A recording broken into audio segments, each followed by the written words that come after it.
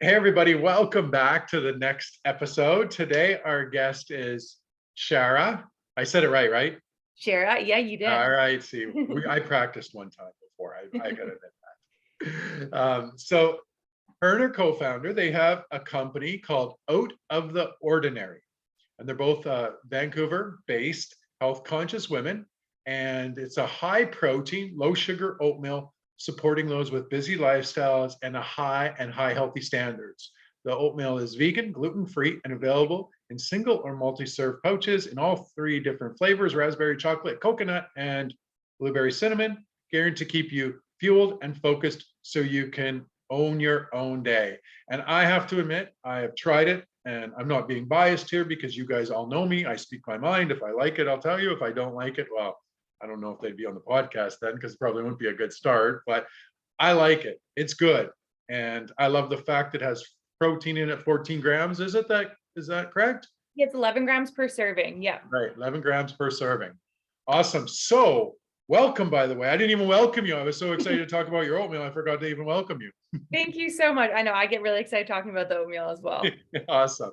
So tell us a little bit about how you got started. Why did you decide to do this, and kind of the Cliff Notes version of all that? Yeah, I'm a holistic nutritionist. I've been practicing for about 6 years now.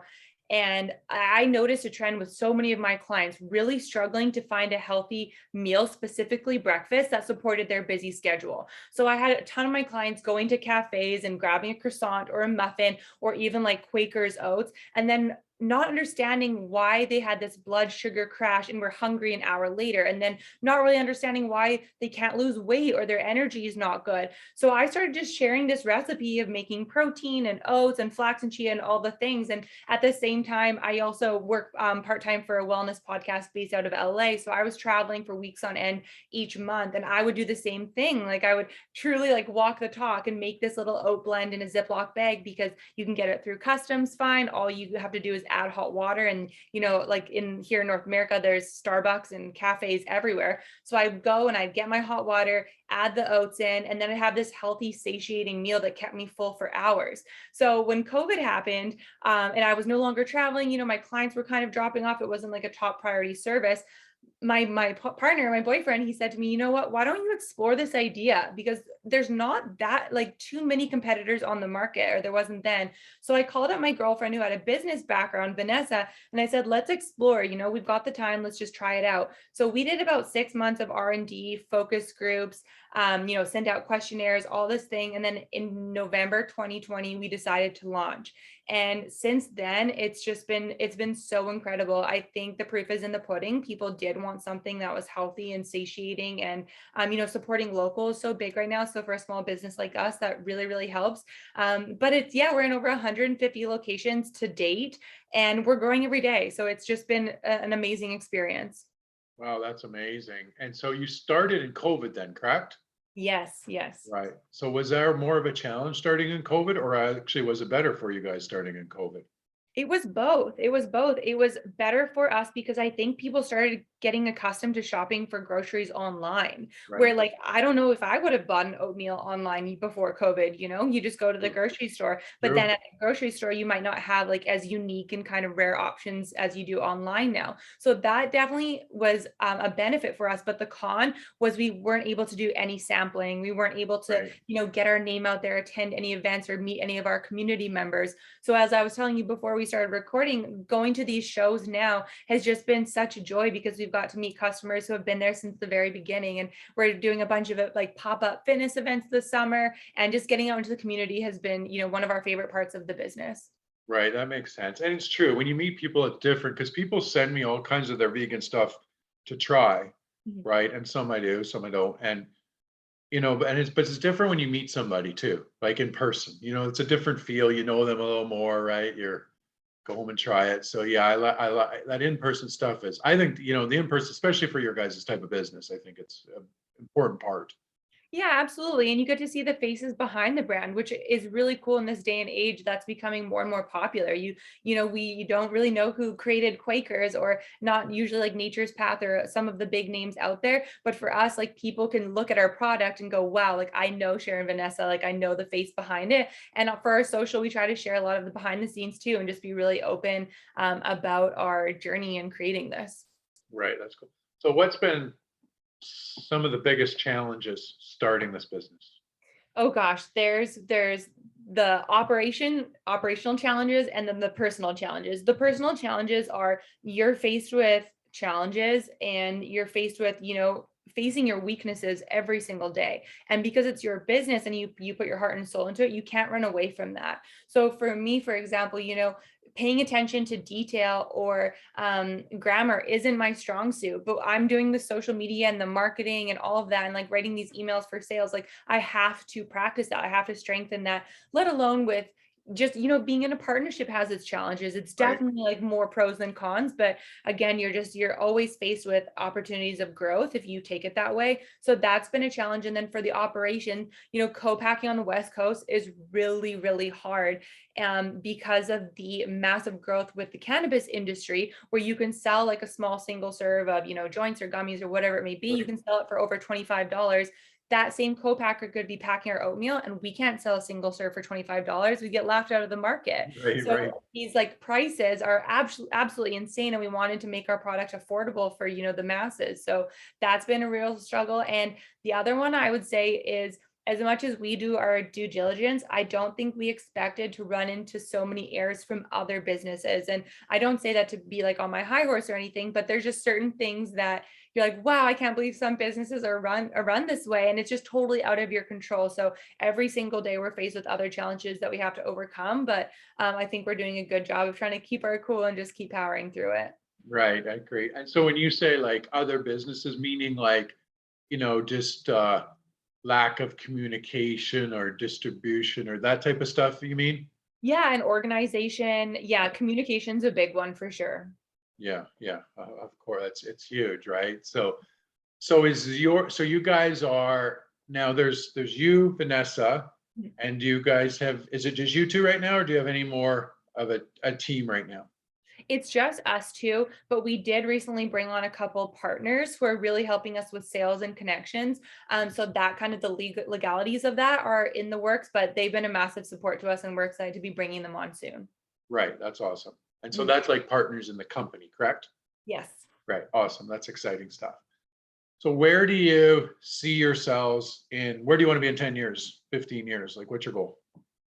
It's hard to say at this point, because there's days where we're just so excited to sell and then maybe go into supporting other businesses and offering mentorship. But then there's days where I just visualize, being in an office with a team and just like running a team, which would be super cool. And I think that's something we can accomplish within the 10 years, and then eventually exit and, see what the next adventure is. But right now, I think it's just becoming a household name, for oatmeal for breakfast and snacks. And we even love to say like healthy dessert options as well for a cacao coconut. But yeah, I think it's just becoming more of a household name and really supporting people who want to look after their health, but also have a busy schedule. Right, makes sense. So did you guys, when you started, did you guys use your own money in Bootstrap? Yeah, we did a bit of debt financing, but we've built this company extremely lean. Like we've Right. done everything to keep it, like we haven't really spent much money on marketing at all, or ads. It's all been organic. We put it in sweat equity for sure, but we have taken on a little bit of debt financing. Yeah, I mean, that's good. That's a great way to do it. It's interesting because, I was just on with a $20 million guy, and we were talking about starting lean. And Mhm. when you start lean, you start to understand the business. And that's one thing I see that the CEOs don't, and small business owners don't understand enough, because they haven't had to learn it. If they have a whole bunch of capital, you don't understand how to operate it properly. You don't understand how to build culture properly. You don't understand how to onboard, like, and you keep learning that stuff, and then you get better at it. And then you save your money because you don't spend this here and this. And there's so many hidden costs in business that small business owners don't see that. I think that's the biggest problem for small business owners. They can't see all the hidden costs. Yeah. So when you start lean, you have to start learning all that stuff. you know, Totally. And that's such a good point. Like, I'm so glad that we've started off the way we have. Like, we're not the fastest growing company, we're not the biggest out of the gate, but we're taking a lot of time to be very intentional about like where our dollars are being spent, what our goal is, how we're growing this business, and just fine tuning everything. But like, yeah, if someone, came and invested $20 million, I wouldn't even know where to spend it. Like, where it's just, keeping it really tight and just being aware of every penny that goes into it. And I think that is kind of the recipe for long-term growth, for sustainable growth, for us anyways.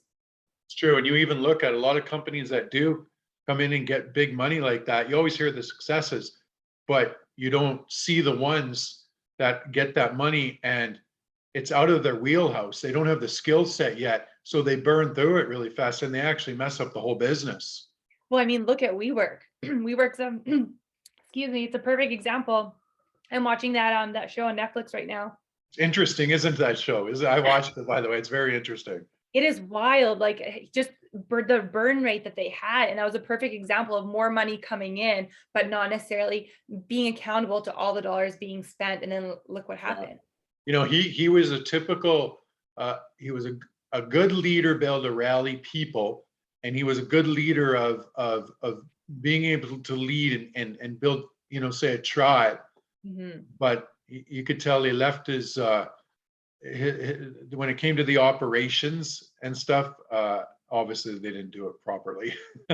Yeah, and that's something, having a partner like Vanessa and the partnership has really shown that, you want to work with someone who doesn't have the same strengths as you do. Because like I'm very much like Adam from WeWork. I could go and like rally the crowd and do like the community thing and spend all the money. And she's the one who's, where's our best dollar spent? Like, let's try this and this and kind of, and like she's operations, I'm marketing. So you definitely need both of those things to really complement each other, to really make a like full successful business. Yeah, 100%. I'm glad you said that because everybody listening right now, I don't think a lot of people understand to really make a business successful. There's so many moving components, but all those eventually have to sync together. Like culture has to sync with your first employee. First employee has to sync with customer experience. Customer experience has to sync with this. And if they're all not set up in systems and processes and policies, a business is just in chaos. Mhm. I'll be honest, I ask lots of businesses to send me their systems and processes so I can look at them, and most of them can't. Wow. So I'm like, how are you going to grow? Yeah, Like you're in big trouble, right? Like you're in big totally. trouble if you can't do that. And I was lucky just because with the Curbs franchises, Mhm. I learned systems and processes and policies, right? With that franchise growing so big. And so, I was blessed to learn that from some of the best. So you guys, let's talk about partnerships for a minute. I always find that interesting because my first business is my mom was my partner in some of my stuff. Actually, she just called me last night and she goes, "Hey, you want to build gyms again in certain area?" And I'm like, "I don't know." And so, that was our conversation last night, actually. And so tell me about the partnership. Partnerships are great, but they're not easy all the time. So is it nice and smooth for you guys? Is it just perfect for you guys? Or is it, how is it? Yeah, no, it's definitely not perfect by any means. And just like you said, coming up with those processes, like in the moment, we've had to do that too. Like when a mistake arises or something, it's being able to support each other and be like, okay, like I see this mistake that has happened.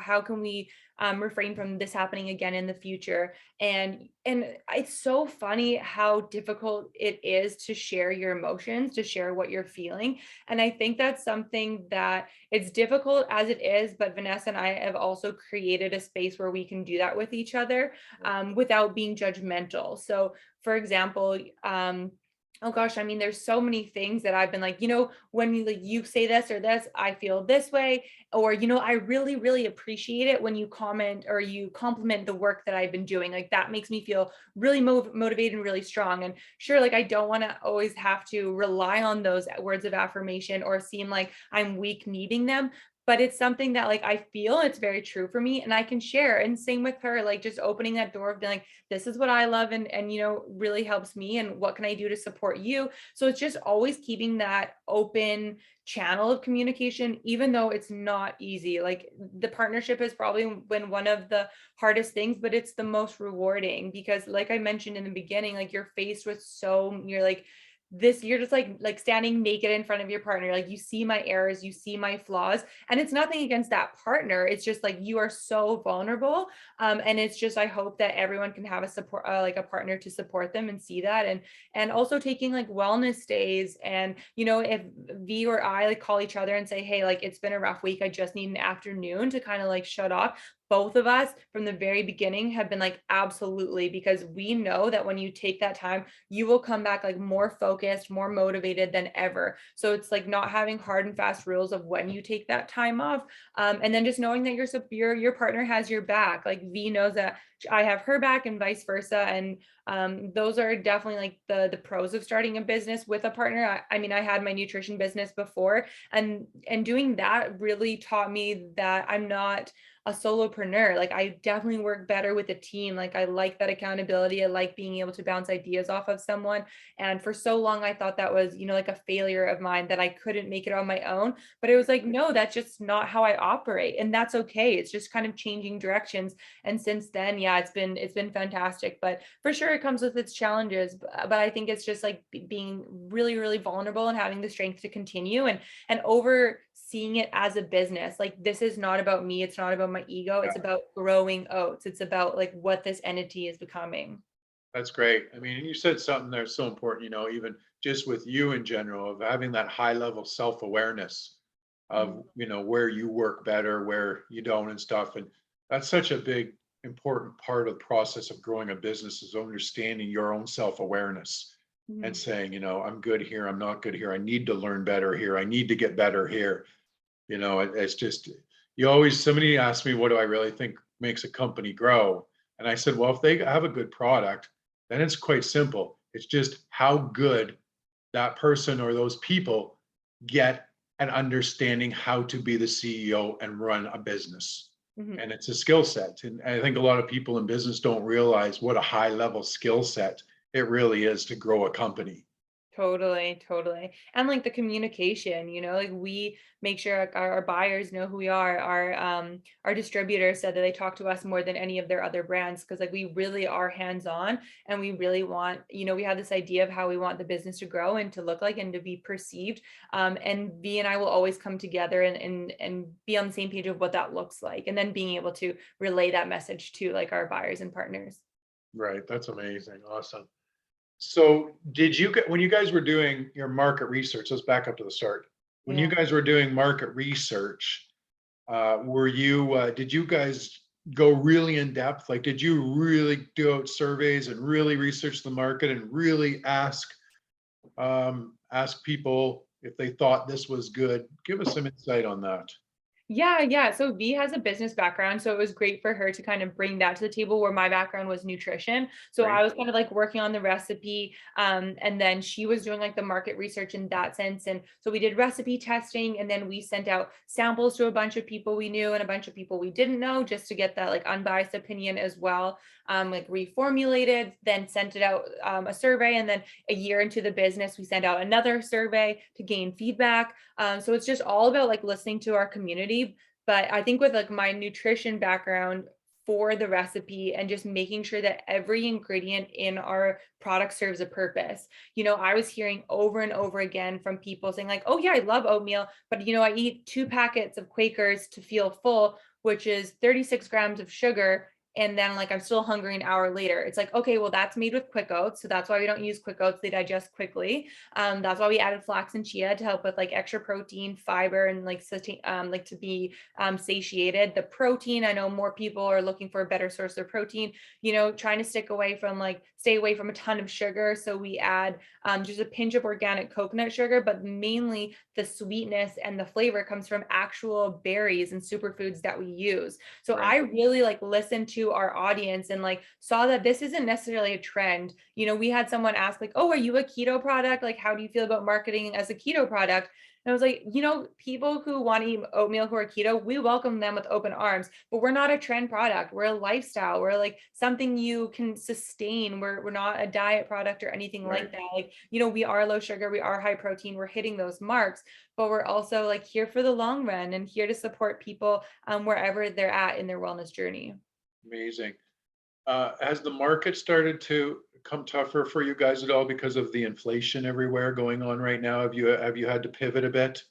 Yeah, big time. Our oats went up like 300% in 6 months. That much? Yeah, it I was would never crazy. guess that. 300%. 300% in 6 months. And then now there's rumors of like an upcoming drought that could really increase the shortage of oats, which is super, super scary. So those are the things of like starting a business that I never would have guessed, like not having access to ingredients, like that's wild. And that was a lesson that we luckily learned from the very beginning. We started doing pre-sale and we like got our first round of product out, and then we went to go order for the next round, and our oats were sold out from our supplier for like 4 weeks. And it's like, oh shoot, like didn't think to look up a plan B there, like you think you have Right. a supplier and it's good. So yeah, that was pretty scary.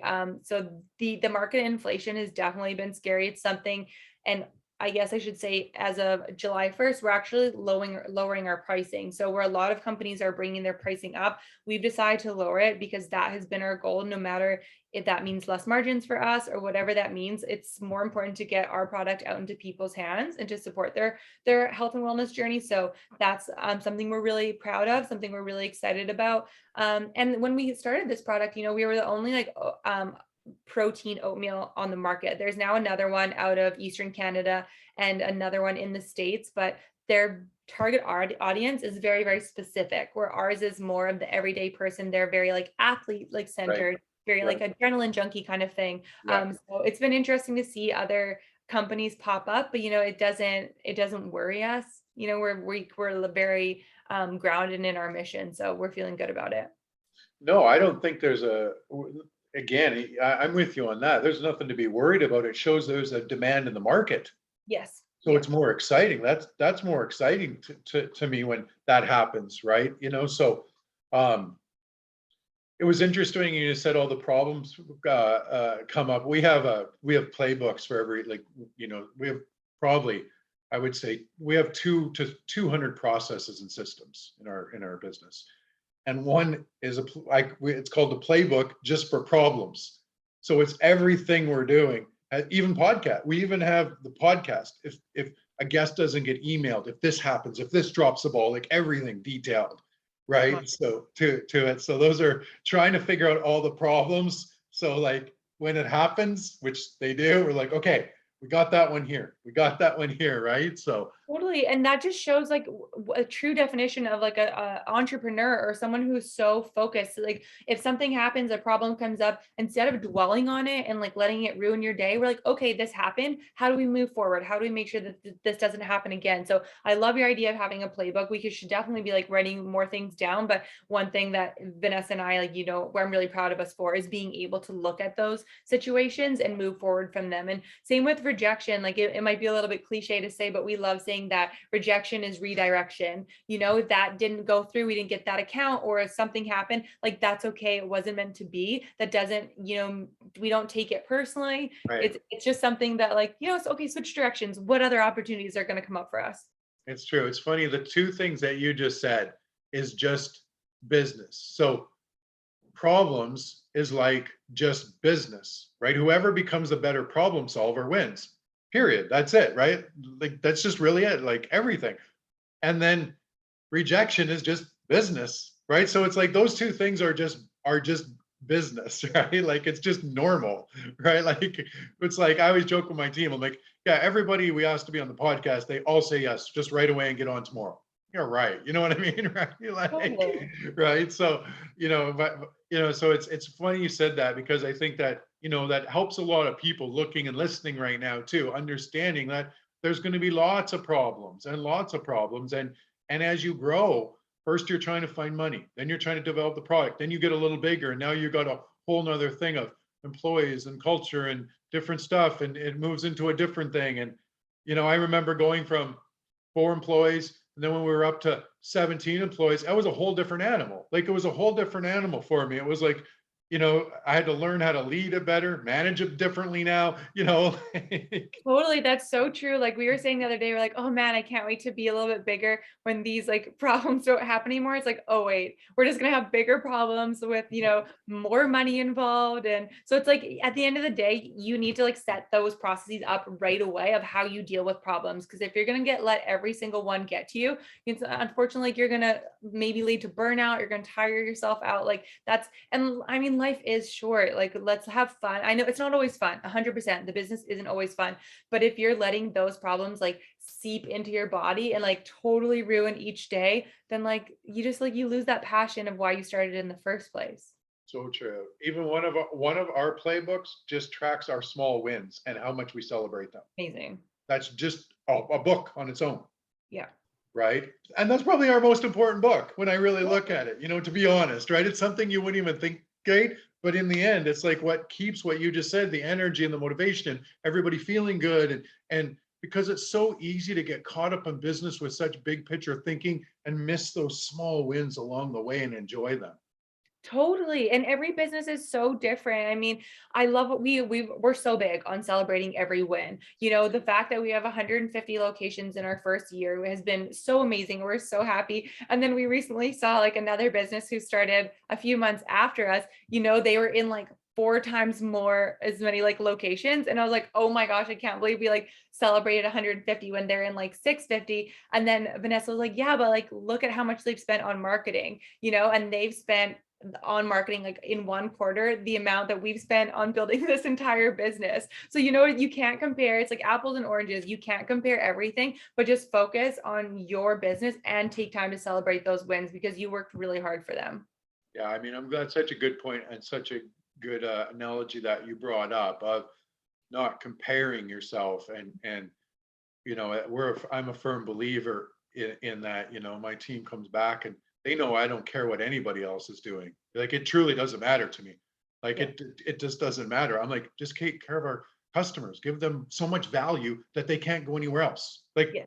period. That's it, right? So I'm like, then you don't have to worry about anybody else. And I just believe there's so much business out there and so much money out there that if you're building it properly, and it'll happen, for Totally. more Yeah. for most people, right? Especially if you have a shitty product, it's hard. But if you have a decent product, then you can make it happen, or it's service. For sure, for sure. And one thing I want to mention is, we have really put a lot of time and energy with connecting with other people in the space. And I think that has been our biggest asset. So we try to set up a call, if not once a week, once every other week, with another CPG founder, mostly who are a few years ahead of us, if not more. And we have just found we're like overwhelmed at how supportive this industry is with other, like, especially women entrepreneurs, sharing their insights and giving us like hacks and recommendations on certain things. And in turn, it's been really beautiful because a lot of younger companies than us have reached out and asked if like we could hop on a call and share our information. So it's been so cool to gather this information, like use it, and then be able to kind of regurgitate that and like pay it forward to these other businesses. So if anyone is feeling like really overwhelmed or like lonely within the business, like it never hurts to reach out to someone who is a lot further ahead, because a lot of the times they're also looking to pay it forward as well. So that's so true. When I first had the Curves franchise, I wrote letters to John Vulcan, who owned United Furniture Warehouse, who became my mentor, and I sat on his boards. Jimmy Wow. Pattison, I wrote letters to. Peter Legge, who owned Canada Wide Magazine. That's how I ended up meeting Rebecca, his daughter, and all them. I wrote letters to all these people and to mentor me. And a lot of them didn't, were no, no, no. And I was persistent. And then 6 of them did. And, I had relationships with them for 20 years, a lot of them. Wow. And that was just from like letter. And I even look back and I laugh because I like look and I'm like, I even had spelling errors in the letters, like literally, literally, I am like you, like I'm a terrible speller. I always laugh because everyone knows when I'm doing my own social and then somebody else does it for me, because it's way tighter when somebody else does it, the writing, to be honest, Totally. Yeah. right? But it's So like a funny thing. It's like, when you didn't get those responses from the letters, like I'm sure you didn't take it personally. Like it's just you have to put yourself out there as an entrepreneur. And if it doesn't come back, like that's okay. Like you move on. But the ones that do stick, the ones that you get a yes from, are so worth it. 100%. I mean, you should be in business, like going through like lots of different people and things and stuff like that. If you're not moving like that, then there's no way that you can get to the things that you truly want to get to. Yeah. Because 25 things are not going to work out. But like you said, that one thing is going to work out. That those next 30 things won't work out. That one thing. Like, it's funny because when you look at our one playbook that's just strategies, and we open it up and we go through all the different strategies, it's funny because you'll see 5 that didn't work. Like literally when we were looking at it yesterday, going through, you're like, oh, remember we tried that? It didn't really work. We tried that. It didn't really work. And then you're like, whoa, that one really, really worked well. Right. And then we knew how to scale it. We kept going. But if you really looked at our stuff, you'd be like, oh, they tried that. That didn't work. Oh, they tried that. That didn't work. Oh, they tried that. That didn't work. Right. And then all of a sudden when something happens, they're like, oh, look at how it's working for them. But they didn't see all the ones that we tried that didn't work. Totally. They're like, oh, that just works out for that person, or they make it look so easy. Yeah. Right. So yeah, it's funny. So I mean, also, I'm really like excited for your guys' business, and you guys are doing such a good thing. And I think it's just such a needed thing, in the market. I really feel it's a good niche. Mm-hmm.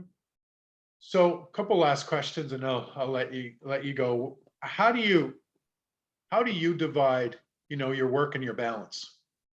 Oh my goodness. That is a great question, and something I actually was talking with my boyfriend about last night, where I mean, I have my morning routine, and you and I were just talking about this, that my mornings are so sacred. Like I will sacrifice an hour of sleep just so I can get up earlier and feel like I'm the only person awake in the world. Like I love that time, just walking out in nature, meditating, breathing, all of the things, just to really feel grounded. And when I have that, I can really own my day, and I work so much better. And I've also had to train myself, if I'm not always going to get that opportunity, and I still have to show up and I still have to do my best self. But if I could have it my way, those morning routines are so sacred. And there are of course times that I have to work really late at night, but I also know that when you stretch yourself so thin, the next day it is really hard to show up. It is really hard to do your best. So I'm like, I'm usually off the computer around like 7 or 8 o'clock at night. I try to, if not earlier.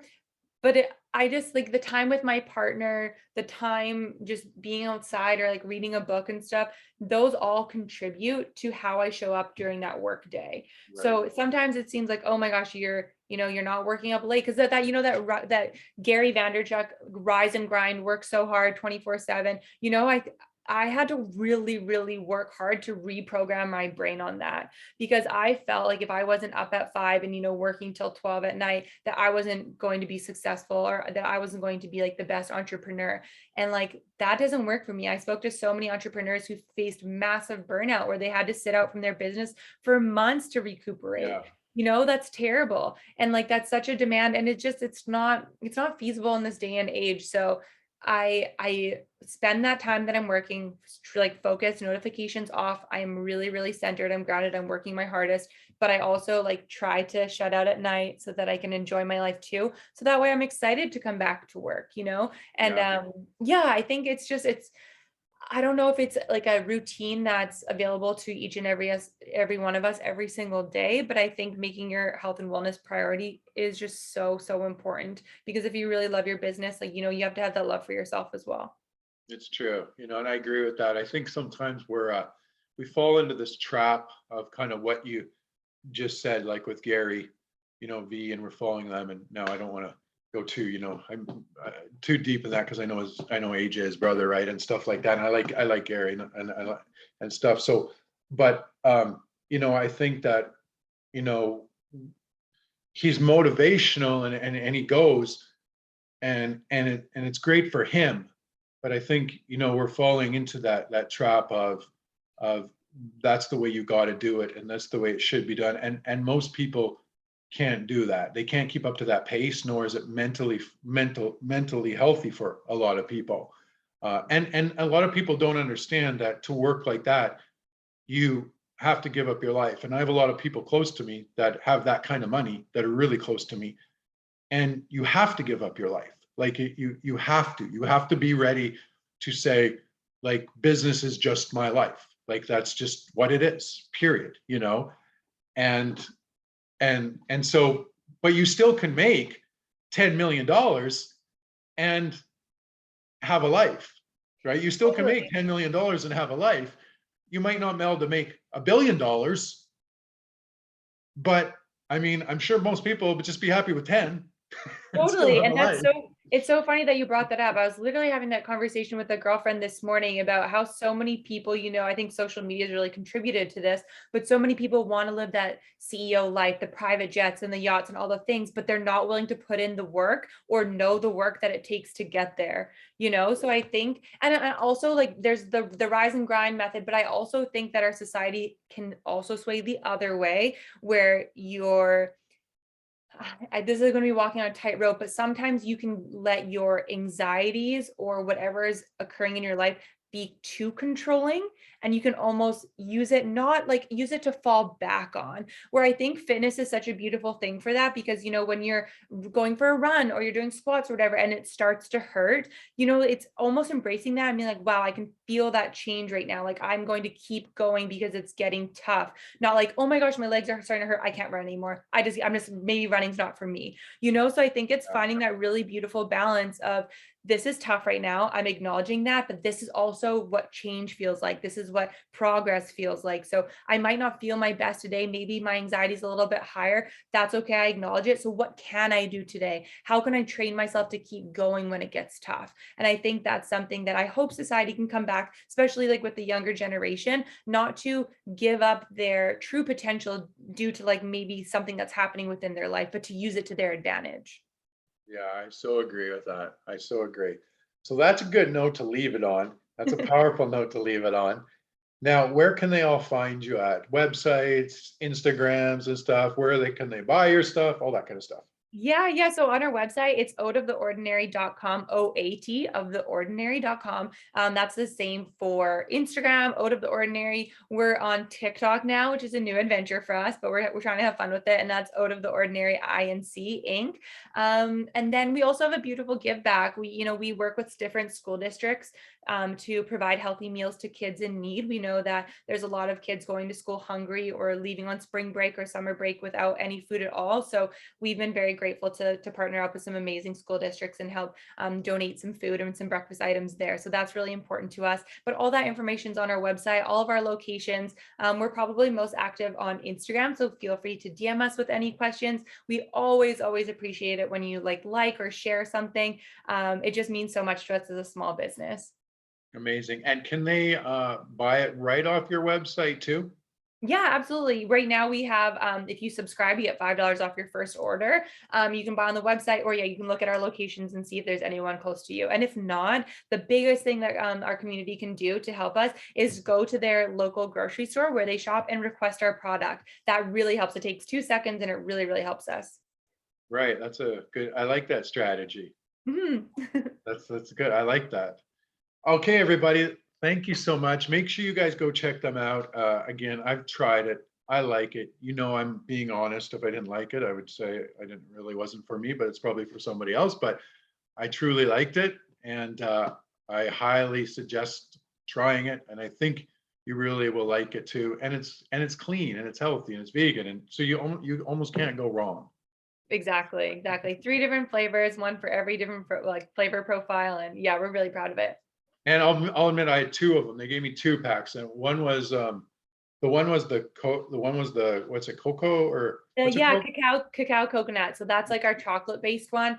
That's great for after workouts. It's really high in magnesium, so really good for replenishing the muscles, and also acts as a great healthy dessert option. And then I think, did you get blueberry cinnamon or raspberry? Blueberry. Blueberry cinnamon, that's a fan favorite as well. So good. Yeah. But that cocoa one almost tastes like a dessert. It was almost like something you could eat all the time. Like Totally. a That's our dessert. lowest sugar because there's no fruits in there. It's just the Right. superfood. So it's really nice and low sugar too. Yeah, totally, and healthy. All right, everybody. Thanks so much. See you guys next time. Talk soon.